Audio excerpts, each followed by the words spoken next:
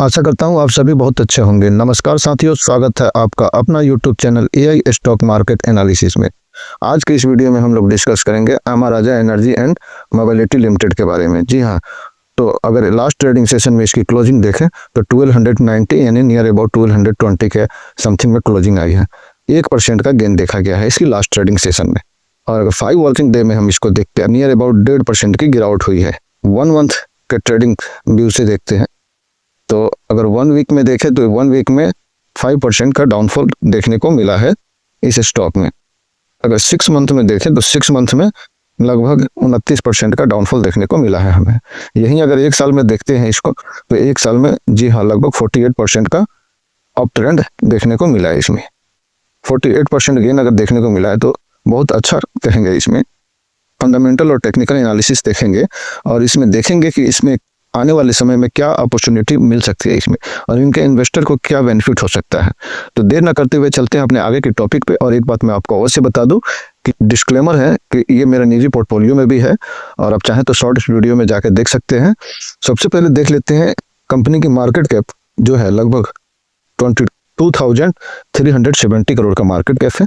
Currently price ये कर रहा है 1220 पे और स्टॉक पी जो है 23 पे है और इंडस्ट्रीज पी 30.5 की है। तो अगर देखें हम तो इंडस्ट्रीज पी से चीप वैल्यू पे अभी अवेलेबल है ये स्टॉक। यहीं पे अगर इसकी आरओसी देखें तो आरओसी 18.7 का है और आरओई 14 का है। तो ये एक बेहतरीन है। अगर 15 के आसपास में आरओसी आरओई है तो कंपनी को एक अच्छे नज़रिए से देख सकते हैं। अगर इसके बुक वैल्यू देखें तो बुक वैल्यू नियर अबाउट 400 का है, यानी लगभग 3 गुना अपने बुक वैल्यू से ट्रेड कर रहा है। और 52 वीक हाई और 52 वीक लो देखें तो 52 वीक हाई इसका 1776 का है और लो 738 का है। फेस वैल्यू इसकी 1 का है। और अगर कंपनी पे कर्जे की बात करें तो कंपनी के ऊपर कर्जा 334 करोड़ का है और यही कंपनी के पास कैश 128 करोड़ है। कंपनी ने पीछे जबरदस्त एक गेन दिखाया था अपने शेयर में। इसके बाद में जब हमारा निफ्टी अभी फिलहाल करेक्शन मोड में चल रहा है तो ये भी यही नहीं सभी स्टॉक में एक डाउनफॉल देखने को मिल रहा है। तो जब ये एक टाइम 35 के पी पे जब पहुंचा था ये तो उस टाइम इसकी वैल्यूएशन काफ़ी ज़्यादा हो गई थी और इसकी जो एवरेज पी है वो 17.2 का है और अभी ये लगभग 23 के नियर अबाउट ट्रेड कर रहा है। तो ये लगभग इसकी एवरेज पी 17-18 का है और ये अगर 22-23 के पी पे ट्रेड कर रहा है तो अपने आसपास में ही है, कोई महंगा नहीं है। और अगर इंडस्ट्रीज पी से कंपेयर करें तो चीपर है। और अगर यहीं पे इसकी पेयर कंपनी के बारे में डिस्कस करते हैं तो जैसे कि आप देख पा रहे हैं पेयर कंपनी में 8वें में ये 8वें नंबर पे आता है। पी के हिसाब से देखें तो लगभग सबसे सस्ती कंपनी देखी जा रही है। यही अगर कंपनी की सेल देखें तो बहुत ही ज़बरदस्त देखने को मिल रहा है। जैसा कि आप देख रहे हैं, मैं एक एक नंबर अगर रीड करके आपको बताऊंगा तो वीडियो काफ़ी लंबी हो जाएगी। लेकिन आप लोगों से रिक्वेस्ट है कि अगर आपको हमारा कंटेंट अच्छा लग रहा है तो कृपया चैनल को सब्सक्राइब करें, वीडियो को लाइक करें एंड शेयर करें। इससे हमें मोटिवेशन मिलती है और ये काम आप जरूर करें, ये आपका दायित्व है। और यहीं पे अगर कंपनी की प्रॉफिट देख लेते हैं, नेट प्रॉफिट, हमने देखा कि कंपनी का सेल अच्छा है और सेल अच्छा हर क्वार्टर में कंपनी ने अच्छा परफॉर्म करके दिया है। और जब सेल अच्छा होगा तो ये नॉर्मल बात है कि कंपनी की एक्सपेंस भी बढ़ते जाएंगे डे बाई डे।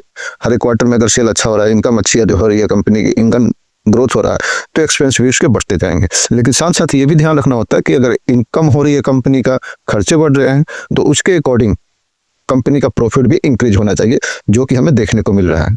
और कंपनी की प्रॉफिट अगर अच्छी होती है तो इसका इफेक्ट ईपीएस पे भी पड़ता है, जैसा कि हम लोग देख रहे हैं। अगर 2021 के सितंबर में देखें तो कंपनी का ईपीएस 8.4 था, जो कि आज के डेट में बढ़ के 13 से प्लस हो गया है। और यहीं पे अगर कंपनी का कंपाउंडिंग सेल देखें तो compounding sale no doubt year on year बहुत बेहतरीन दिख रहा है। बहुत बेहतरीन तो नहीं कहेंगे, लेकिन एक एवरेज लॉन्ग टर्म के लिए अच्छा है ये। और ये एवरेज है, ऐसा भी नहीं है कि कहीं बहुत ज़्यादा हो गया और कहीं बहुत कम हो गया। यहीं पे अगर देख ले हम कंपाउंडिंग प्रॉफिट ग्रोथ तो 10 साल में 9%, 5 साल में 13% और 3 साल में 12% और 1 साल में 18%, जो कि बहुत बेहतरीन है। और स्टॉक प्राइस CAGR देखें तो ये भी ज़बरदस्त है। और 10 साल में तो थोड़ा कम दिख रहा है, लेकिन हाँ अगर इसको 5 साल के नज़रिए देखें, 3 साल में देखें और लास्ट 1 साल में तो नो डाउट लगभग 50% है। रिटर्न ऑन इक्विटी ये लॉन्ग टर्म वाले के नज़रिए से बहुत बेहतरीन है, क्योंकि कंस्टेंटली ग्रोथ दिख रहा है।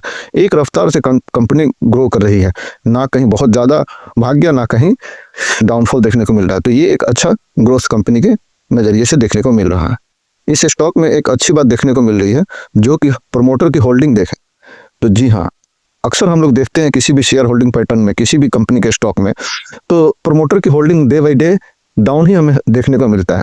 और इसमें जैसा कि हम देख पा रहे हैं, दिसंबर 2023 में लगभग प्रमोटर के पास 28% होल्डिंग था, जो कि अब बढ़ के लगभग 33% हो गया है।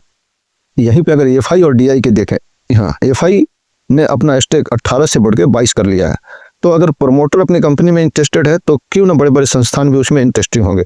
और यही देख लीजिए, जैसे कि आप देख पा रहे हैं, डीआई जो लगभग 11% थे, आज के डेट में इसमें ये 15% हो गए हैं। और ये तो सेकंड क्वार्टर का डाटा, अभी आपको देखने को मिलेगा कि डीआई और इंक्रीज किए हैं, जो कि अगले क्वार्टर में इसमें अपडेट हो जाएगा। और यही हमारे पास पब्लिक की जो शेयर होल्डिंग है, ये डे बाई डे कम होता जा रहा है। जैसा कि हम देख रहे हैं, सितंबर 2022 में पब्लिक के पास 43% शेयर होल्डिंग था, जो कि डाउन होकर लगभग 30% के आसपास में आ गया। तो पब्लिक की होल्डिंग जितना कम होगा, वो लॉन्ग टर्म के नज़रिए से बेहतर होता है। तो साथियों, वीडियो थोड़ी सी लंबी हो रही है, क्योंकि फुल डिटेल शेयर करने में थोड़ा सा टाइम लगता है, तो इसलिए वीडियो को अंत तक देखें ताकि सारी चीज़ आपको समझ में आए। तो जैसा कि हम चार्ट का एनालिसिस करते हैं, तो चार्ट के एनालिसिस करने में हमें ये दिखता है कि कोई भी स्टॉक अगर एक ट्रेंड में चलता है, जैसा कि हमें देखने को इसमें मिल रहा है, देखिए इसमें कितनी जबरदस्त मूवमेंट देखने को मिला है। अगर लास्ट टाइम हम देखें, ये कोई अभी एक बाउंड, रेंज बाउंड में अभी ट्रेड कर रहा है, जो कि आप ट्रेडिंग लाइन से आप देख सकते हैं, सपोर्ट और रेजिस्टेंस इसका हमने ड्रॉ किया हुआ है। और ऐसा ही कंडीशन कुछ दिन पहले, यानी जनवरी 2024 से अप्रैल तक ये इसी तरह का मूवमेंट में था। और उससे जनवरी 24 से पहले हम देखें, अगर अगस्त टू दिसंबर, नवंबर दिसंबर के कंडीशन में, तो उस टाइम भी ऐसे ही था। लेकिन उसके बाद में देखिए कितना ज़बरदस्त मूवमेंट देखने को मिला। फिर जब अप्रैल के बाद जब ये ब्रेकआउट यहाँ पे दिया, तो फिर कितना ज़बरदस्त एक अच्छा गेन देखने को मिला। और इसी तरह अभी ये एकदम अपने पास में है ब्रेकआउट देने का। इस ट्रेंड लाइन और जो रेजिस्टेंस और सपोर्ट हमने ड्रॉ करके रखा है, यहाँ से ब्रेकआउट मिलते ही ये स्टॉक एकदम बूम होगा। इसका कुछ रीजन है, ऐसे ही नहीं कह रहा हूँ, जो कि हमें आने वाले दिनों में देखने को मिलेगा यहाँ पे, और बहुत जल्द देखने को, क्योंकि ये अपना जो टाइम कंसोलिडेशन में व्यतीत कर रहा है। अगर कोई भी स्टॉक एक ट्रेंड में जब चलता है, उसके बाद उसमें प्रॉफिट बुकिंग ये नॉर्मल है।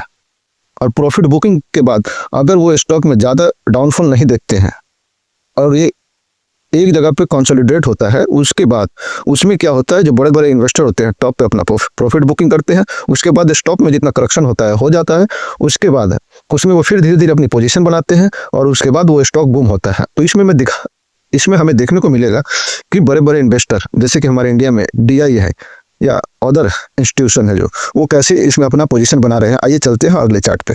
जैसा कि हम लोग देख पा रहे हैं, इसमें जो हमारे डीआई है, देखिए अक्टूबर के मंथ में इन्होंने बेचा है 10 लाख और खरीदा है 41 लाख, और नवंबर में बेचा है 8 लाख और खरीदा है लगभग 39 लाख।